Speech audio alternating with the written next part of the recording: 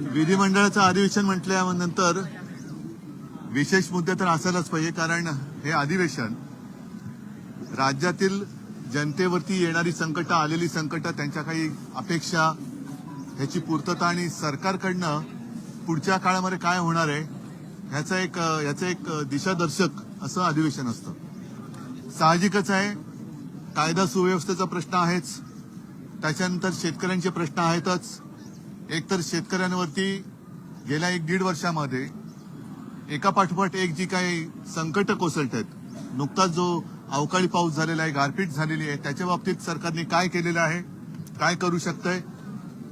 विमा कंपन्या ज्या आहेत त्यांनी तर त्यांचे दरवाजे खिडक्या सगळं बंद केलेले आहेत. या सरकारने जाहीर केलं होतं की दिवाळीपर्यंत विम्याची अग्रिम रक्कम आम्ही शेतकऱ्याला देऊ. ती किती लोकांना, किती शेतकऱ्यांना मिळालेली आहे ह्याचाही काही अंदाज नाहीये. मधल्या काळात आपल्याला कल्पना आहे की सेनगावचे म्हणजे हिंगोलीतले शेतकरी हे मला भेटायला मातोश्रीला आले होते. त्यांची परिस्थिती अत्यंत हलाखीची होती. एकतर कर्जबाजारी, डोक्यावरती कर्जाचा डोंगर चढलेला आहे, बँकांचा तगादा मागे लागलेला आहे कर्ज वसुलीसाठी, आणि अशा परिस्थितीत त्यांचा वालीच कोणी नाहीये. ना सरकार त्यांची काही दखल घेतंय, ना विमा कंपन्या घेतंय, कोणीच नाही. म्हणून हे शेतकरी त्यांचे अवयव विकायला मुंबईत आले होते. अशी परिस्थिती मला नाही वाटत यापूर्वी कधी शेतकऱ्यांवरती आली होती. हे विषय एका बाजूला आहेतच. त्यानंतर तुम्ही पाहताय की दर काही दिवसांनी एकापाठोपाठ एक काही ना काहीतरी सरकारी पक्षाकडनं, म्हणजे सरकारचे जे काही लोकप्रतिनिधी आहेत, आमदार असतील, आणखीन कोणी असतील, किंवा त्या सरकारला समर्थन देणाऱ्या पक्षाचे त्यांचे काही पदाधिकारी असतील, त्यांच्याकडनं गुंडागर्दी सुरू आहे. काल परवाकडे कोल्हापूरमध्ये एक घटना घडलेली, घरामध्ये घुसून मारहाण झाली. ते सगळे व्हिडिओ आपल्या माध्यमातून जनतेला गेलेच असतील. त्याचाही एक न्यायनिवाडा लावावा लागेल, कारण त्यांच्यावरती कारवाई होणार आहे की नाही हा एक विषय आहे. दुसरी गोष्ट, सध्या पत्रांचा जमाना आहे. आम्ही 2 पत्र दिलेले, एक निवडणूक आयोगाला पत्र दिले, त्याचं उत्तर आम्ही बघतो आहोत की धर्माच्या नावावरती, देवाच्या नावावरती मतं मागायला परवानगी जर असेल तर आम्ही सुद्धा सुरू करतो. त्याच्यानंतर मला वाटतं काल परवाकडे आपण एक पत्र दिले माननीय उपमुख्यमंत्र्यांना, कारण त्यांनी एक पत्र दिलं होतं त्यांच्या बाजूला. कारण आता मी सभागृहात जाऊन आलो, मला असं वाटलेलं की पत्र दिले एका उपमुख्यमंत्र्यांनी दुसऱ्या उपमुख्यमंत्र्यांतर बसण्यात काही अंतर पडले की काय. तसं नाहीये, बाजूबाजूला बसतायत, पण बाजूला बसलेले असले तरी सुद्धा पत्र त्यांना लिहावं लागतंय. तर ते राजमान्य राजश्री पत्र लिहिण्यास कारण की त्या पत्राचं उत्तर कधी मिळणार त्याची वाट बघतोय. आणि ते पत्र आपल्याला माहिती आहे नवाब मलिकांबद्दलचं आहे. जर एवढ्या भावना त्यांच्या तीव्र असतील तर आम्ही त्यांचं स्वागत करतो, त्याचा आदर करतो. भारतीय जनता पक्षाच्या भावना देशप्रेमाबद्दल एवढ्या उचंबळून आलेल्या असतील तर मग आम्ही त्यांना जे पत्र लिहिलंय त्या पत्राचं उत्तर सुद्धा कधी मिळणार हे सुद्धा आम्हाला माहिती नाही. आणि ते पत्र तुम्हाला माहिती आहे, ज्या न्यायाने नवाब मलिकांना त्यांनी सांगितलं की यांना दूर ठेवा, मग तोच न्याय दुसऱ्याला लावणार आहात की नाही. कारण एकाला एक न्याय आणि दुसऱ्याला एक न्याय हे लोकांना पटेल काय हा सुद्धा महत्वाचा प्रश्न आहे. थोडक्यात सांगायचं म्हणजे नवाब मलिकांना एक न्याय लावणार असाल तर तोच न्याय प्रफुल्ल पटेलना लावून त्यांच्यापासून तुम्ही अंतर ठेवणार आहात की नाही. आणि जी मालमत्ता इक्बाल मिर्चीची म्हणून त्यांच्याबरोबर व्यवहार केला म्हणून स्वतः माननीय पंतप्रधान, मला आठवतंय कारण तेव्हा आमची युती होती, बांद्रा कुर्ला कॉम्प्लेक्सच्या सभेत बोलले होते की कुछ लोग मिर्ची का व्यापार करते हैं, कुछ लोग मिर्ची से व्यापार करते हैं. तर आता ज्यांनी मिर्ची बरोबर व्यापार केलेला आहे त्यांच्याबरोबर हा सत्तेचा व्यापार तुम्ही चालू देणार आहात की त्यांच्यावरती त्यांची जी मालमत्ता ईडीने जप्त केली ती सगळी लक्षात घेता त्यांच्यावरती तुम्ही कारवाई पुढे चालू ठेवणार आहात की नाही हे सुद्धा आम्ही प्रश्न विचारले, त्याची वाट बघतोय. आता जसजसं अधिवेशन पुढे सरकेल तसतसं जनतेच्या प्रश्नाला आम्ही वाचा फोडू आणि आम्हाला अपेक्षा आहे की सरकार त्या प्रश्नांना योग्य ते नुसतं उत्तर कागदावरती नाही तर कृतीतून देईल. आज मुख्यमंत्री म्हणाले आहेत की तुम्ही तिसऱ्या दिवशी सभागृहात येत आहे, आदित्यजी तिसऱ्या दिवशी सभागृहात येत आहेत, सभागृहाच्या कामकाजाविषयी तुम्ही गंभीर नाही किंवा महाराष्ट्राच्या प्रश्न. बरं ठीक आहे, तुम्ही पहिल्या महाराष्ट्राच्या प्रश्नाबद्दल गंभीर असाल तर समुद्रावरती ट्रॅक्टर चालवणारा मुख्यमंत्री मी तरी पहिल्यांदा पाहिला. म्हणजे लोकांच्या घरादारावरती, शेतकऱ्यांच्या घरादारावरती नांगर आणि समुद्रावरती ट्रॅक्टर, हा असा मुख्यमंत्री मी पहिल्यांदा पाहिला. शेतकऱ्यांच्या 1 रुपया विमाबाबत शेतकऱ्यांची फसवणूक झालेली स्पष्ट होत होय. आहे. आपले आमदार आहेत कैलास पाटील हे देखील वारंवार या संदर्भात माहिती देतात आहे. मात्र सभागृहात ती मांडण्याला त्यांना वेळ देत नाही. म्हणजेच मुख्यमंत्री शेतकऱ्यांच्या प्रश्नाबद्दल उदासीन आहेत. माझ्यावरती आरोप करताना त्यांनी शेतकऱ्यांबाबत आपण काय करतो आहोत, 1 रुपयात विमा योजना त्यांनी जी आणली त्याचा परिणाम असा झाला की साधारणतः सरासरी 80 ते 90 लाख शेतकरी विमा घ्यायचे, तो आकडा यावेळेला 1.25 कोटीच्या घरात गेला. म्हणजे 8,000 कोटी जो शेतकऱ्याचा हिस्सा होता तो राज्य सरकारने भरला. हा पैसा जनतेचा पैसा आहे. तर त्या पैशाचं पुढे काय झालं तर हा सुद्धा त्यांच्या मित्रांच्या कंपन्यांच्या खिशात गेला. त्याचे उत्तर त्यांनी द्यायला पाहिजे.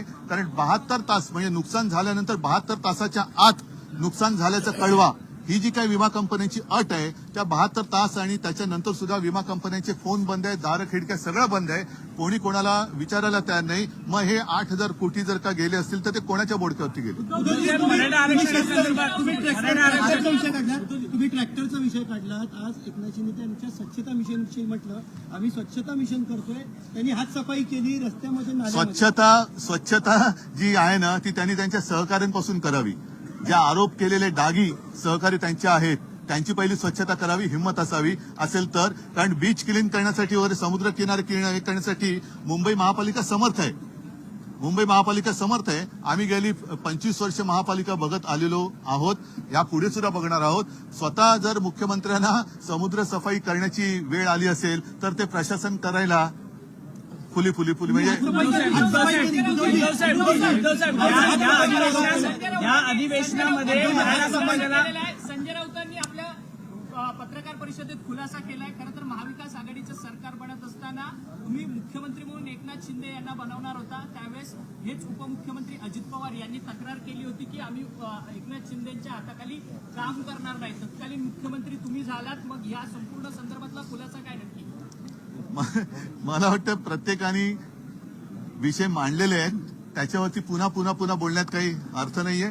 पण आज आणखीन एक गोष्ट जी सकाळी मी विमानतळावरती उतरल्या मला आपल्यापैकी काही जण विचारलं, ते 370 कलम काश्मीरमधलं हटवलं गेलं 4-5 वर्षापूर्वी.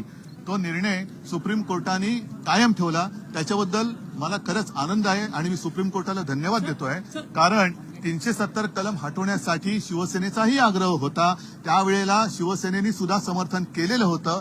आता आशा एकच आहे की सुप्रीम कोर्टाने मला असं वाटतं की आणखीन एक आदेश दिलाय की पुढच्या वर्षीच्या सप्टेंबरपर्यंत तिथे काश्मीरमध्ये सार्वत्रिक निवडणुका घ्या.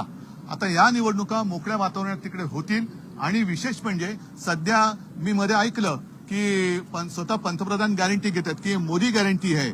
तर मोदीजींनी गॅरंटी घ्यावी की जे काश्मीरी पंडित आतंकवाद्यांच्या दहशतीमुळे स्वतःची घरं दारं मालमत्ता सोडून त्यांना देशाटन करावं लागलं, स्वतःच्याच देशामध्ये निर्वासित होण्याची वेळ आली होती, त्यावेळेला कोणतीही तशी हातामध्ये सत्ता होती नव्हती. पण एकमेव हिंदू हृदय सम्राट शिवसेना प्रमुखांनी त्यांना महाराष्ट्रामध्ये सहारा दिला होता. आता मोदीजींनी गॅरंटी घ्यावी की या निवडणुकीमध्ये जे देशभर काश्मीरी पंडित स्वतःची घरदारं सोडून गेलेले आहेत ते सगळेजण आपापल्या घरी परततील आणि विधानसभेच्या निवडणुकीत मतदान करतील. आणि त्याचबरोबरीने आणखीन अपेक्षा आहे की काश्मीरची निवडणूक जर का घेणार असाल ती घ्यावीच लागेल, घ्यायलाच पाहिजे. तर एकदा पाकव्याप्त काश्मीर पण आपल्यात घ्या, म्हणजे अख्ख्या काश्मीरची एकदाच निवडणूक आहे.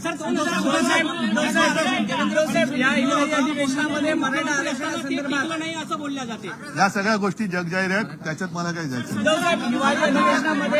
हिवाळी अधिवेशनामध्ये मराठा समाजाला मोठ्या प्रमाणात अपेक्षा आहेत. 8 तारखेला या संदर्भातला ठराव येणं मी शिवसेनेची भूमिका मांडलेली आहे आणि त्याबद्दल शिवसेनेच्या खासदारांनी महामहिम राष्ट्रपतीजींची पण भेट घेतलेली आहे. आमची मागणी आम्ही केलेली आहे. ती मागणी अशी की सर्व समाजाला ज्यांना ज्यांना आवश्यकता असेल त्यांना आरक्षण द्या, पण ज्यांना दिलेलं आहे त्यांच्या हक्काचं काही न काढता हे आरक्षण दिलं गेलं पाहिजे. याचा अर्थ असा की आपण इकडे जरूर काय जे ठराव करायचा करा, कारण त्याही वेळेला शिवसेनेने पाठिंबा दिलेलाच होता. आमचं आरक्षण द्यायला आमचा पाठिंबा आहे, पण आरक्षण देताना दुसऱ्या कोणाचंही आरक्षण कमी न करता हे आरक्षण द्यावं ही आमची मागणी आहे. शेतकरी अहवाल असताना अधिवेशनाच्या 3 दिवस मात्र नवाब मलिक आणि आदित्य ठाकरे यांची एसआयटी चौकशी यातच वेळ वाया घालवतोय. मग नेमकं शेतकऱ्यांना ज्यांच्यापासून भीती आहे त्यांच्याबद्दल असे ते आरोप करतायत आणि अशा एसआयट्या त्यांच्या पण आम्हाला बऱ्याच काढता येतील. तर त्याच्यामुळे त्यांनी त्याच्यात न जावं, कारण जर केलं तर मग आम्ही सांगू तेव्हा तुमच्या कुटुंबियांच्या सुद्धा एसआयट्या आम्हाला लावून घ्याव्या लागतील. शेतकऱ्यांना पॅकेज साहेब, शेतकऱ्यांना पॅकेज विदर्भामध्ये अधिवेशन होणारे विदर्भाचे मुद्दे याला येत नाहीये, त्याच्याबद्दल हो, आता उपमुख्यमंत्री तुमच्या विदर्भाचे आहेत, त्यांना विचारा हा प्रश्न. आम्ही तर आलेलो आहोत आणि जे जे विदर्भाच्या हिताचं असेल ते करायला आम्ही नेहमीच पाठिंबा दिलेला आहे. त्याच्यामुळे विदर्भाचे काय अख्ख्या महाराष्ट्राचे जे जनहिताचे प्रश्न आहेत, जनहिताचे विषय आहेत, त्याला पाठिंबा द्यायला शिवसेना कधी कचरणार नाही. शिवसेना त्यांच्या सोबत राहील. शेतकऱ्यांच्या बांधावर मुख्यमंत्री आणि उपमुख्यमंत्री हे गेले. एवढं सगळं तुम्ही दाखवतायत का? शेतकऱ्यांना पॅकेजची घोषणा व्हायला उशीर होतोय का? नाही, मला माझं तर म्हणणं असं आहे की आता ही थोतांड खूप झाली. अजूनही अवकाळीबद्दल पंचनामे होत आहेत की नाही काहीच कल्पना नाही. गारपिटीचे पंचनामे झाले असतील नाही कल्पना नाही, कारण आम्ही दरवेळेला शेतकऱ्यांकडे जातो. यावेळेला मी गेलो नाही शेतकऱ्यांच्या बांधावर, कारण काय होतं की मलाच असं वाटतं की आपण जातो, शेतकरी मोठ्या विश्वासाने माझ्याशी बोलतात आणि मी त्यांना सांगतो. जेव्हा मी मुख्यमंत्री होतो तेव्हा इकडेच जे अधिवेशन झालं होतं, ह्याच अधिवेशनात मी शेतकऱ्यांची कर्जमुक्ती जाहीर केली होती आणि ती अंमलात आणली होती. तशीच जर का त्यांना हे पंचनाम्याचं वगैरे थोतांड आता करता येत नसेल तर शेतकऱ्यांची पुन्हा एकदा कर्जमुक्ती करा, ही शिवसेनेची आग्रही मागणी. तुम्ही देवेंद्र फडणवीसांचा दाखला देऊन सांगितलं की नवाब मलिकांवरती गंभीर आरोप असल्याचं पत्र लिहिलं. सध्या नवाब मलिक अजित पवार गटाच्या सोबत जाऊन बसतायत. महाविकास आघाडीत त्यांच्या असण्याविषयी काही ठोस निर्णय तुम्ही घेणार असा, कारण खुद्द गृहमंत्र्यांनी त्यांच्यावरती आरोप असल्याचं म्हटलं. नाही, महाविकास आघाडीत कुठे आहेत ते आता? ते त्यांच्यासोबत आहेत ना. पण टेक्निकली ते आहेत कुठे तुमच्याकडे. कुठे टेक्निकली आणि आता कुठे काय?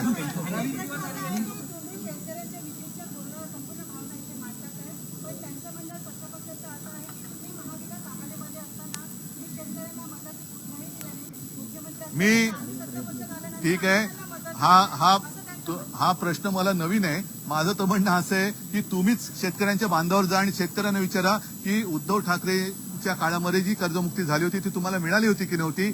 वेळोवेळी मग निसर्ग चक्रीवादळ आलं होतं, तेवढं आलं होतं, आणखीन काही आलं असेल, अवकाळी पाऊस पडला असेल, ती मदत तुम्हाला मिळाली होती की नव्हती तुम्ही विचारा, मी नाही विचारत.